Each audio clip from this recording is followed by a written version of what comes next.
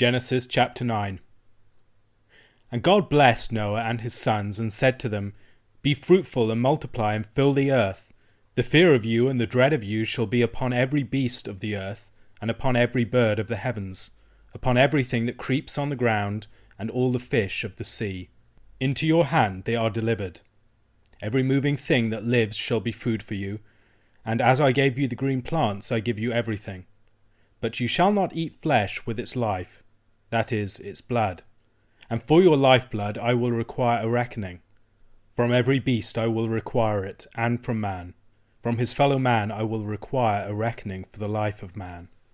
Whoever sheds the blood of man, by man shall his blood be shed, for God made man in his own image. And you, be fruitful and multiply, increase greatly on the earth, and multiply in it. Then God said to Noah and to his sons with him, Behold, I establish my covenant with you and your offspring after you, and with every living creature that is with you, the birds, the livestock, and every beast of the earth with you, as many as come out of the ark. It is for every beast of the earth. I establish my covenant with you, that never again shall all flesh be cut off by the waters of the flood, and never again shall there be a flood to destroy the earth. And God said, This is the sign of the covenant that I make between me and you, and every living creature that is with you, for all future generations. I have set my bow in the cloud, and it shall be a sign of the covenant between me and the earth. When I bring clouds over the earth, and the bow is seen in the clouds, I will remember my covenant that is between me and you, and every living creature of all flesh. And the waters shall never again become a flood to destroy all flesh. When the bow is in the clouds, I shall see it, and remember the everlasting covenant between God and every living creature of all flesh that is on the earth. God said to Noah, This is the sign of the covenant that I have established between me and all flesh that is on the earth. The sons of Noah who went forth from the ark were Shem, Ham, and Japheth. Ham was the father of Canaan. These three were the sons of Noah, and from these the people of the whole earth were dispersed. Noah began to be a man of the soil, and he planted a vineyard. He drank of the wine and became drunk, and lay uncovered in his tent.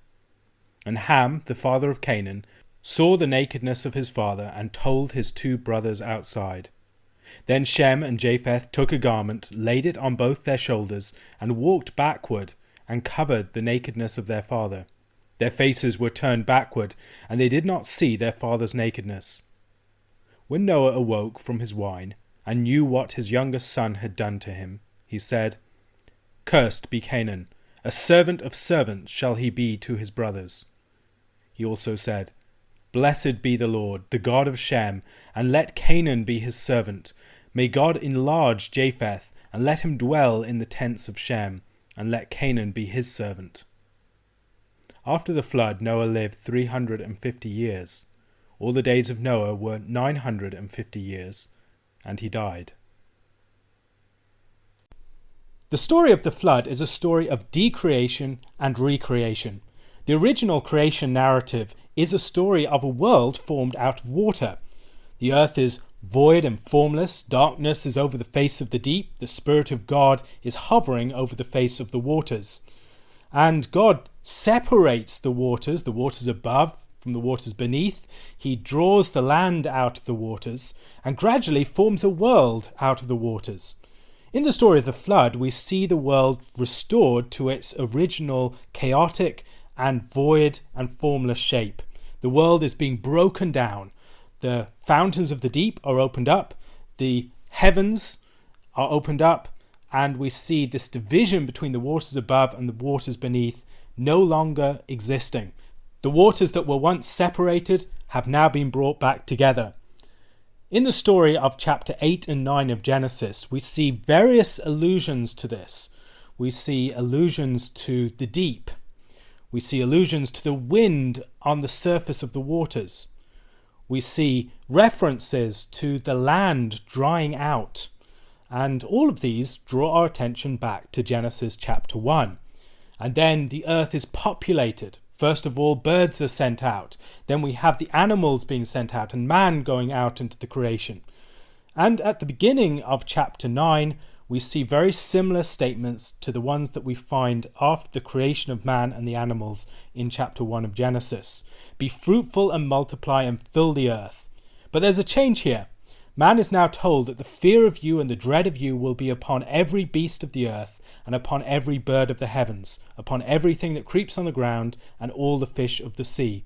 They've been delivered into humanity's hands. Now, many have seen in this, and I think there's reason to believe this is the case, that at this point man is given the right to eat animals. And man did not eat animals beforehand. Man was vegetarian. Man was existing within a garden setting originally, and then out in the world in a weaker state.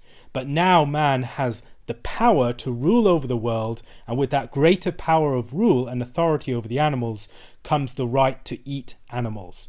As man is given the green plants at the very beginning, so man is given animals to eat. But yet there is a taboo, a restriction, and that is not to eat animals with their blood. In part, this is an expression of the fact that the animals belong to God alone. That when man eats animals, we're not eating animals as those who have a natural right to take whatever life we want, but as those who have received this right from God, to whom all things belong, who gives life and breath to all things, and then gives the right to take certain life into our hands. There's a reckoning that will be required of us of the life that we take. First of all, we cannot take animal life and dispose of it however we will. The prohibition on eating blood expresses this. But there's also a judgment that comes upon those who take the life of man. So we can take the life of other creatures, but to take the life of man is to take the life of one who has been created in the image of God, and God will hold such a person responsible. The judgment that's carried out upon the person who takes the life of another man is one that expresses on the one hand the dignity of every human being made in the image of God, but also the dignity of human beings as those who share the dominion of God. By man shall his blood be shed, for God made man in his own image. In part, that may be an expression of the fact that since God has made man in his own image, man has the right to judge other men on account of their breaking of God's law, to act on God's behalf, and to take the life of other human beings in these acts of judgment. We can think about the way in which, in principle, every judgment that we have, whether that's taking a particular fine from someone, or whether it's putting someone in prison for a number of years, or whether it's even the death penalty, all of these arise from this fundamental principle that life can be taken by other men as an expression of the authority that God has given to his representatives, to his vicegerents. Man is called to go out into the creation, to be fruitful and multiply, to increase greatly upon the earth and multiply upon it. And God establishes a covenant with humanity at this point, with Noah and his descendants, and with every living creature that is with them. And the covenant is that he will never again cut off flesh by the waters of the flood. There will never be this decreation event of the same type. This is accompanied by a sign, which is the rainbow in the heavens, and God promises on this account that he will not judge the earth in the same way again, that the judgment is finished, it's over. And as we think about the parallels between the original creation and the decreation and recreation of the world in the flood, this is a further connection, that the covenant and the sign of the covenant as the rainbow correspond with the day of the Sabbath. It's God's rest, it's his blessing, and it's his determination that the act is finished, that he's no longer going to judge in this particular way. God hangs up his war bow in the clouds. The act is finished, and now human life can continue according to its regular patterns. There's an everlasting covenant that's established in this way. Following the original creation story, there is a second account of God's forming of the man from the earth, the creation of a garden, and all the events that occur within the garden, most particularly the fall. And we see a recapitulation of that pattern here. Noah began to be a man of the soil. Now, the word for soil there is the same word as the Adamah from which Adam was formed. So Noah is playing out the Adam pattern here. He plants a vineyard just as God planted a garden in Eden. He drinks of the wine and became drunk and lay uncovered in his tent. Think, he takes of the fruit of the tree, he eats it, he has a change in his state, and he's found naked. And so it's the pattern of the fall playing out again. And at this point, the son Ham, the father of Canaan, sees the nakedness of his father and tells the two brothers. And then the brothers act in a righteous, honorable manner. They take in the garment from outside and they cover him up. Now, there are many questions about what this involves. What does it mean that he uncovers the nakedness of his father? In the book of Leviticus, we see the sexual relation with the mother as being an act of uncovering the nakedness of the father. So some have suggested this is incest with the wife of Noah, and that Canaan is the result of that illicit union. Others have suggested it's an act of homosexual rape of the father. And both of those suggestions, I think, fail to reckon fully with the fact of the actions of Shem and Japheth, the way that they put the garment over their father, that the key concern seems to be covering over the nakedness of the father. The point of Ham's action is to usurp his father's authority. Whatever is involved here, that seems to be what is at issue. Shem and Japheth restore their father's dignity and ensure that they do not seek to attack or undermine his authority. Noah awakes, he realizes what has been done to him, and then he summons his sons and he judges them. He judges Ham's son in particular. Cursed be Canaan, a servant of servants shall he be to his brothers. And here we should see a parallel with the judgment upon the serpent, which suggests maybe that part of Ham's purpose was to subvert his father's authority by getting his brothers in, to tempt them to act against the father's authority. Think back to the sin of the serpent in the Garden of Eden. The serpent tries to undermine the authority of the father. He tries to declare the promise that Adam and Eve will become like gods, knowing good and evil, that God is holding this back against them, and that they should join with him in his rebellion. And Ham's action seems to be quite similar. He usurps authority and he seeks to get his brothers to turn against the father too. And as a judgment for his action, his son is reduced in status. And so his son becomes a servant of servant to his brothers, which is similar to the way that the serpent is judged from among the beasts. He's cursed above all the beasts. On the other hand, whereas we see judgments carried out upon the serpent, Adam, and Eve in Genesis chapter 3, here the two brothers, Shem and Japheth, resist the temptation. They clothe their father's nakedness, and here they are blessed. Blessed be the Lord, the God of Shem, and let Canaan be his servant. May God enlarge Japheth, and let him dwell in the tents of Shem, and let Canaan be his servant.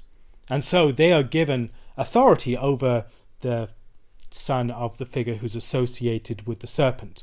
So the seed of the serpent figure in this narrative is going to serve the righteous seed, those who stand up for the Father and for his honor. After the flood, Noah lives 350 years, or 300 years and 50 years. All the days of Noah are 950 years, and he died. I'd previously observed a parallel between the age of Noah after the flood and the dimensions of the ark. So the ark is 300 cubits by 50 cubits.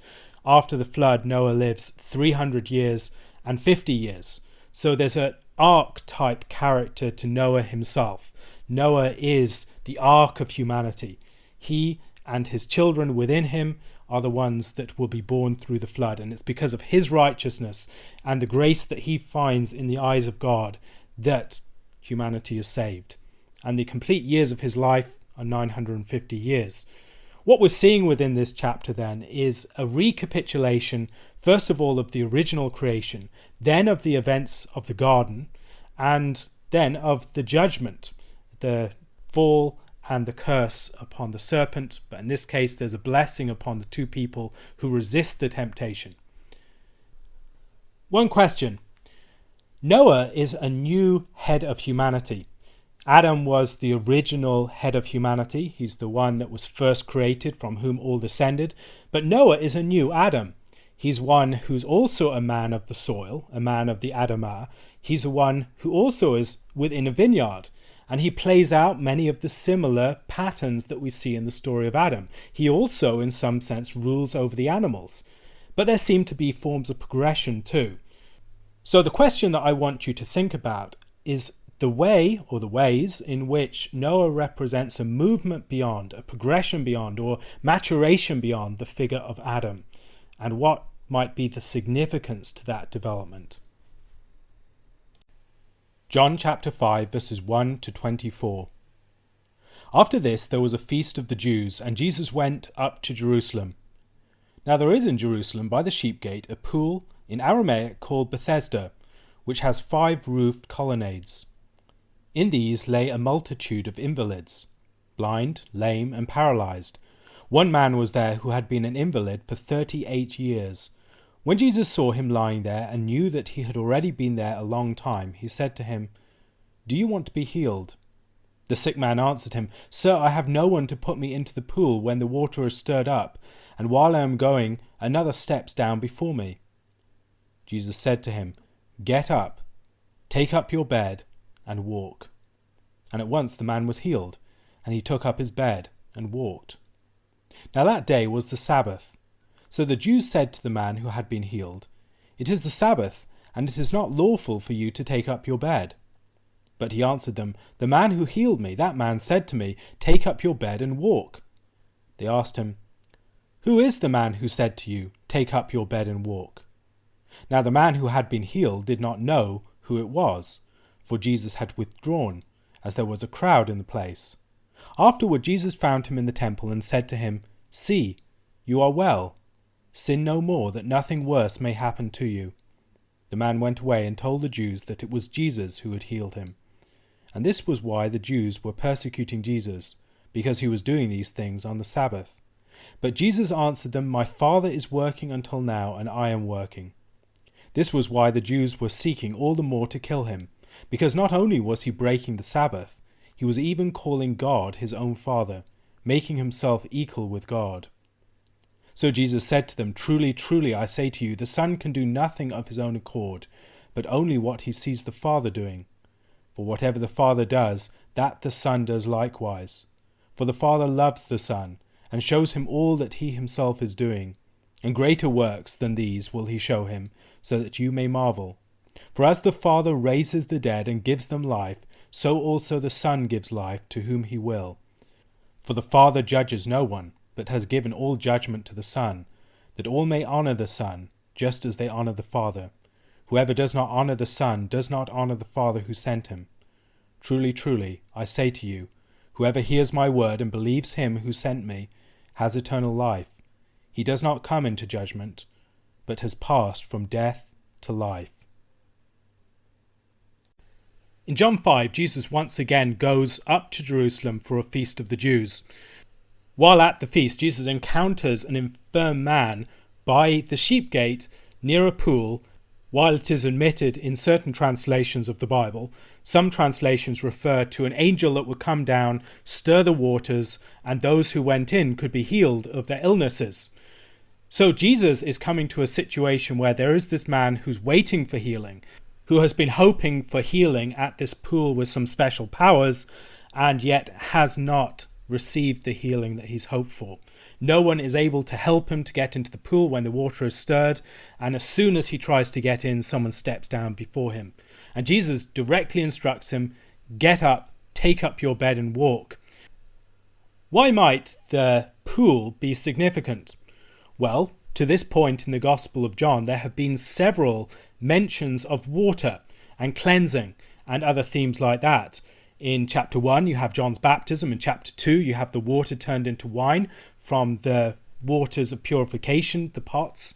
And then in chapter 3, you have new birth of water and the Spirit and John's baptism again. In chapter 4, you have Jesus and his disciples baptizing, and then the meeting at the well and the offer of living waters. And now in chapter 5, you have a healing pool. It seems that Jesus is the one who brings new waters to drink, new waters of cleansing, new waters of healing. The people are gathered near the sheep gate, and they're waiting for this stirring of the waters, and it might be akin to the wind of the Spirit in Genesis chapter 1 verse 2, or the wind at the flood, or the wind at the Red Sea. And the setting is an evocative one if you think about it. There are infirm sheep at a pool struggling to get to the water so that they'll be healed and able to enter into the city. Moses was the great shepherd of Israel, but Jesus is the one who comes to meet these people at the sheep gate, the sheep that need to be let in, that need to be healed. The man has had an infirmity for 38 years, and this is an important number. If we go back to Deuteronomy chapter 2 verse 14, we see that Israel wandered for 38 years after their failure to enter into the land. And the lameness of the man may have even entailed some degree of exclusion from the precincts of the temple, as we see in 2 Samuel chapter 5 verse 8. And the healing of the man is a sign of giving that languishing flock of God entrance into the promised land. Jesus is a new Joshua. His name is the same name as Joshua, and he gives rest to the man who takes up his bed, his instrument of rest, on the Sabbath as a sign, and later enters into the temple. Jesus is, on account of this, accused of breaking the Sabbath, when actually he was fulfilling its meaning. We need to consider when Jesus is performing these acts on the Sabbath, he's not merely thinking in terms of, oh, here's an exception to the rule. Rather, he's saying, this was the meaning of Sabbath all along, to give rest to man. And in this act of healing, I am giving rest to the man, fulfilling the meaning of Sabbath, not undermining it. And so rather than seeing Jesus' teaching concerning the Sabbath as presenting us with a series of exceptions, the importance of the teaching on the Sabbath is that Jesus is revealing the primary intent of that commandment all the way along. Jesus' works are like his Father's, and he completes the works of his Father. He continues and he completes the work of creation. His claims in this chapter on this front are startling. He enjoys judgment, the power to raise the dead, life in himself, and divine works. Resurrection is already underway within his action. He's bringing things into play. He's starting the work of this new creation, fulfilling the Sabbath and anticipating the great renewal of all things. A question to ask. Within the Gospel of John, we see a number of different signs. This is the third sign. So we've had the turning of the water into wine, the healing of the nobleman's son, and now this is the third sign. There are three signs that follow on from this, and I believe that there may be a parallel between the signs 1, 2, and 3, and then 4, 5, and 6. What might be the parallel between chapter 5 and chapter 9, and how might reading these two accounts alongside each other help us to understand what's going on? A second question. The healed man in this chapter is given attention not merely as a sign of Jesus' power, but as a paradigmatic disciple. As we read the story of chapter 5 alongside chapter 9, we can see similarities and contrasts. How might these help us to understand the character of the man in chapter 5, and also what John thinks of as discipleship? What does he see as the fate of disciples, for instance, relative to the Jews?